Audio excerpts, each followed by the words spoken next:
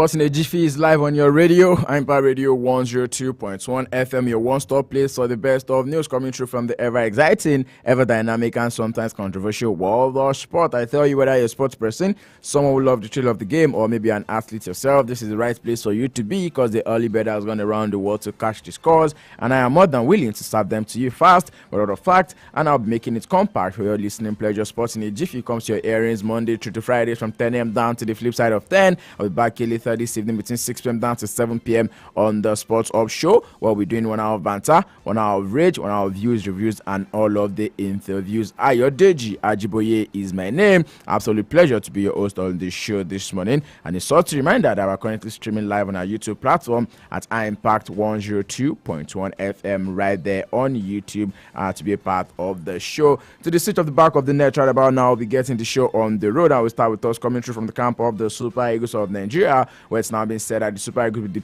departing Vest tomorrow as they will be heading to Marrakesh for the next round of the ongoing African Cup of Nations, the 35th edition, right there in the Kingdom of Morocco. The Nigerian Football Federation confirmed that the Super Eagles will be leaving the city of Fez for Marrakesh tomorrow morning, as preparation will continue for their quarterfinal clash against Algeria.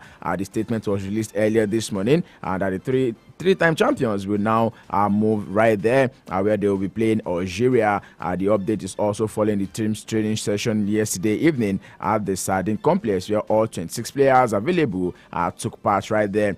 Don't forget that one player who is currently still remaining sidelined is Ryan Alebioshu, who got a knock during the group stages encounter. The move to Marrakesh is said to be in line with a new arrangement introduced by CAF for this edition of the tournament. According to CAF, each team has been assigned to a designated camp, a policy being implemented for the first time at the African Cup of Nations. So right about now, the Super Eagles are expected to return to their base camp in Fez after the quarterfinal match and then travel to Rabat should they progress to the semi-finals, where they could face either of the hosts, which is Morocco or Cameroon, on 14th of January. Still taking more stories coming through from the camp of the Super Eagles of Nigeria. Don't forget that there was some form of row and on-field argument between two African best players. I was talking about Demola Lookman and also Victor Osimhen, and now the Football Federation has split down reports on the rift in the camp of the Super Eagles following that altercation. Nigeria outclassed the history-chasing Mambas at the first stadium with Osimhen scoring twice and Lookman and also Ako Adams adding one goal each in that particular encounter. The emphatic victory was overshadowed by that confrontation between the two former African Players of the Year shortly after the hour mark, which later saw Osimhen requesting to be substituted in that particular encounter. The video went viral emerging after that match and appeared that Victor confronted Lookman over what was believed to be the latter's failure to pass the ball in a clear goal-scoring position in that particular game. Well, prayers are up, and we are also hopeful that this is not going to destabilize the synergy that is between the boys in the camp right about now. Still taking more stories coming through from the camp of the Super Eagles of Nigeria on the show this morning. It's been said that the head coach of the team, Eric Sekuchele, has now heaped praise on Alexander Iwobi, describing the Fulham midfielder as a rare talent with an exceptional understanding of the game. While Victor Osimhen and Lookman have dominated the headlines for better or for the worse, don't forget that Iwobi has quietly delivered consistently some influential performances during all of the 4 games that the Super Eagles of Nigeria have played at the ongoing African Cup of Nations.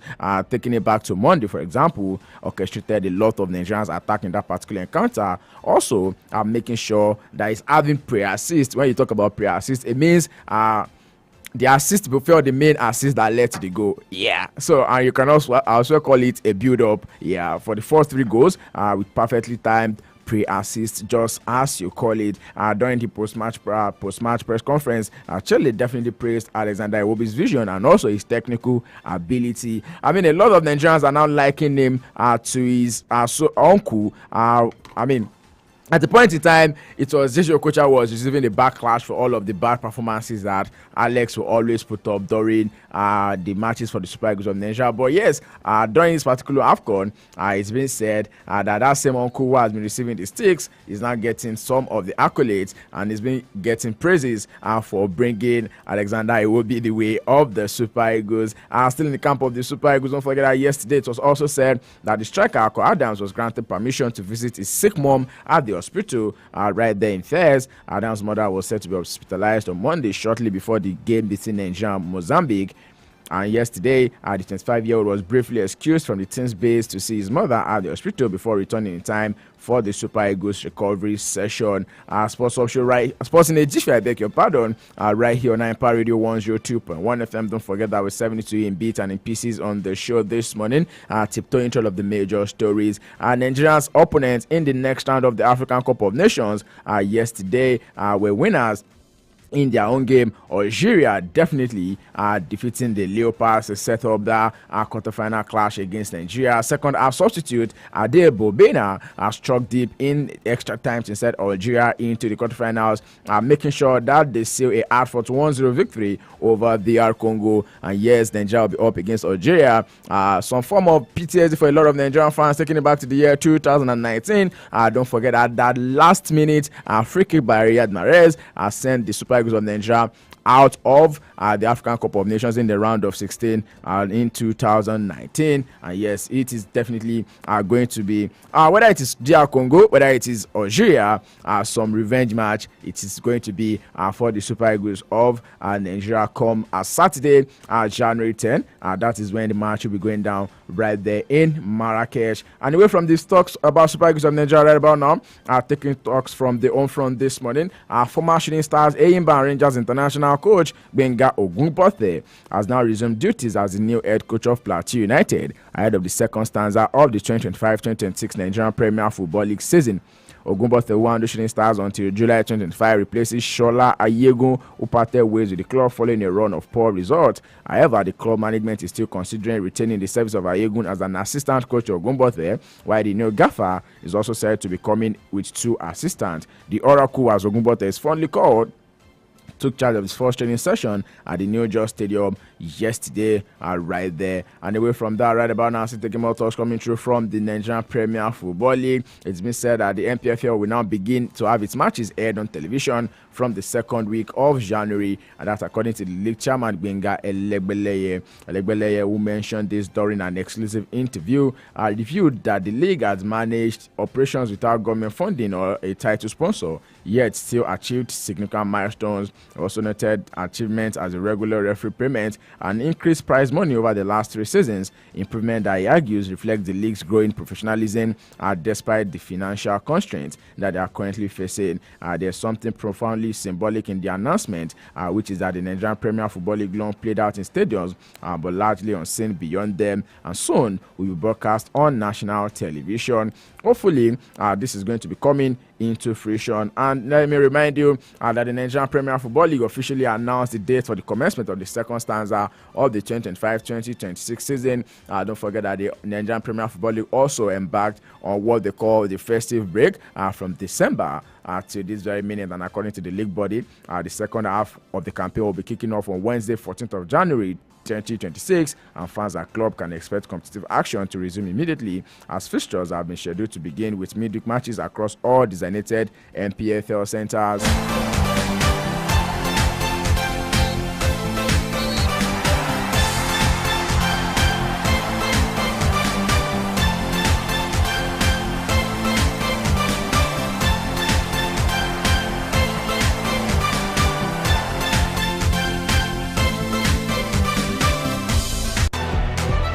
Away from football talks on the show this morning, straight into the world of tennis. I will start with talks coming through from the WTA, where Kokugawa has now set the tone for Team USA in the United Cup quarterfinals, defeating Maria Sakkari 6-3, 6-2 to give the defending champions a 1-0 lead over Greece in Perth.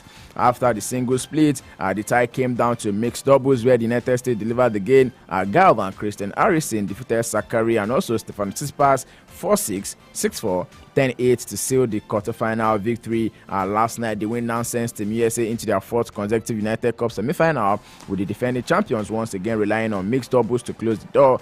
Gal remains 5-0 in United Cup mixed doubles, continuing to be a decisive factor in the format, most definitely. And away from that, right now, straight into the ATP, where Grigor Dimitrov has now made successful return to competition at the Brisbane International, defeating Pablo Carreno Busta 6-3, 6-2 in 68 minutes to reach the second round. The match marks Dimitrev's first win since last summer at Wimbledon Championship in 2025. The former world number 3 was forced to retire in tears while leading Yannick Sinner by 2 sets, and that retirement was Dimitrev's 5th consecutive withdrawal at a Grand Slam. Dimitrov did not compete again until the Paris Masters in October, where he was one match before withdrawing again due to injury, and Brisbane marks the start of his 2026 season and his first uninterrupted appearances since that time on tour. More talks coming through from the world of tennis on the show this morning.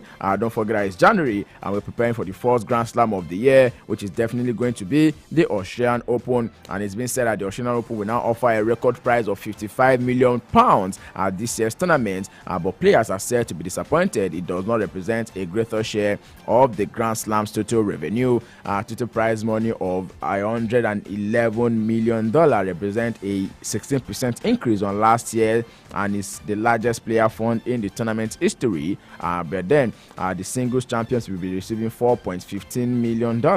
That's like a 19% increase on the amount which 2025 champions Madison Keys and Yannick Sinner both took home. It's been said that all singles and doubles players competing at the season opening Grand Slam will get a minimum of 10% increase. The move comes from a group of leading players who ramped up the pressure on the Grand Slam tournament in October over increased prize money and also great player welfare. The Australian Open, which is the first Grand Slam of the year, will be kickstarting on the 18th of January. All length in glove. I'll wait to see how the draws will be made in the coming days, because most definitely the first Grand Slam of the year always present us with some form of drama.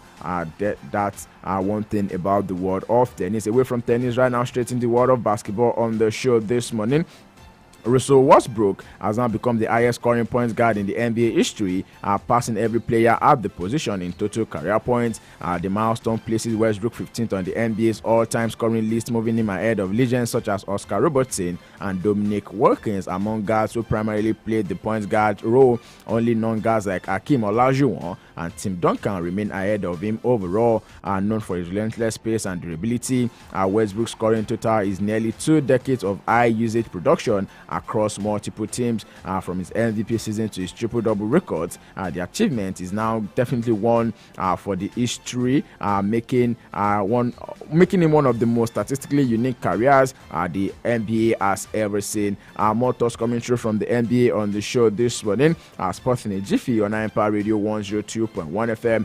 Don't forget, I'll be back here later this evening between 6 p.m. down to 7 p.m. on the Sports Up Show, where we'll be doing 1 hour of banter, 1 hour of rage, 1 hour of views, reviews, and all of the interviews. Okay, straight into the world of football on the show this morning. It's January, and you can tell that there will be a bit of movement for some of players and also coaches alike in the coming days. For Chelsea, yesterday, they've now announced the signing of a new head coach, Liam Rossignol, who joins Chelsea right there from Strasbourg, a sister company of the Blues. That's one news making the rounds for the Premier League champions right there.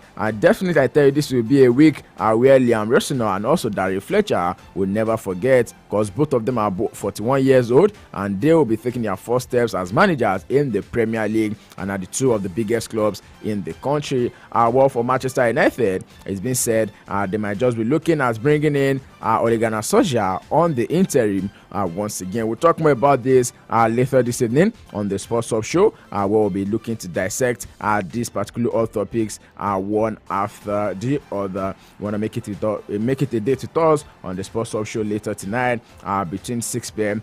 Down to 7 p.m. right here on Empire Radio 102.1 FM. Still more talks in the world of football. A couple of matches will definitely be going down later today in the English Premier League, with likes of AFC Bournemouth up against Tottenham Hotspur, Brentford will be up against Sunderland, Crystal Palace will be hosting Aston Villa, Everton will be hosting Wolverhampton Wanderers, Fulham will be up against Chelsea, Manchester City will be hosting Brighton and Hove Albion, Burnley will be hosting Manchester United, while Newcastle United will be hosting Leeds United. And in the Spanish Supercopa semi-finals, Barcelona will be up against Athletic Club, Italian Serie A, Bologna will be up against Atalanta, Napoli will be up against Hellas Verona, Lazio will be up against Fiorentina, Parma will be up against Inter Milan. Torino will be hosting Udinese right there in the Italian Serie A. Sports in a Jiffy it is, and I'll be serving it to you in a Jiffy. Yes, I call it a wrap on the package for this morning. I say many thanks to everyone who's been a part of the show. We'll be back here later this evening, 6 p.m. down to 7 p.m. on the Sports Off Show. You definitely want to make it a date with us right here on Empire Radio 102.1 FM. Ayodeji Ajiboye signing out this morning. I always tell you to stay sporty, stay active, drink enough water to stay hydrated. Go out there, be the best version of yourself, and don't forget to be kind, because kindness is cool. And let me leave you with this. If you ever find yourself outside there, you meet